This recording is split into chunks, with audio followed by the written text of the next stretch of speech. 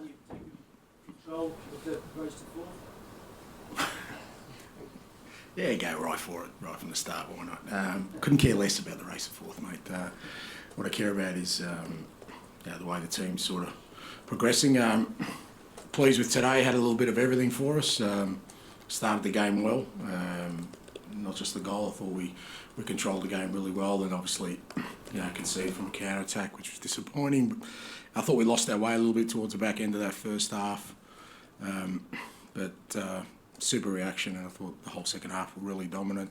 Played some good football, scored a couple of good goals. Probably could have had a couple more against a team that was very, very, desperate for points and fighting for everything. Which I guess every team's fighting for something. I thought we handled it really well.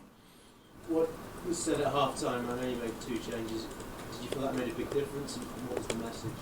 Yeah, I thought it made a difference. It wasn't that anything Biss or Pape did. I just thought, I have the luxury of a strong squad now, which I didn't, for kind of the middle part of the year, and I just thought we needed some energy and legs in that midfield for that second half, because I could see Forest were working really hard to sort of try and, maintain their grip on the game, and I thought Pierre and Roddy were outstanding with the energy they brought and the quality, they brought in the second half, and I thought that helped us.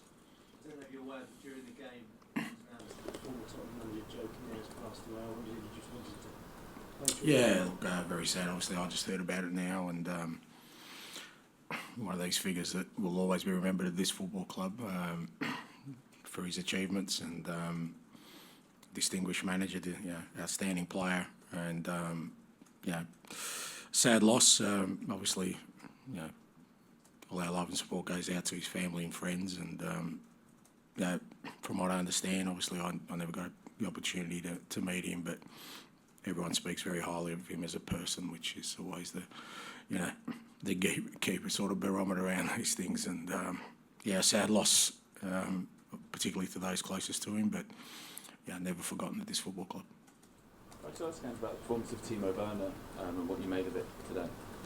Yeah, I thought Timo was good. He kind of, he worked hard. He was always a threat. He kind of, he ran at the opposition really well, contributed to our first goal.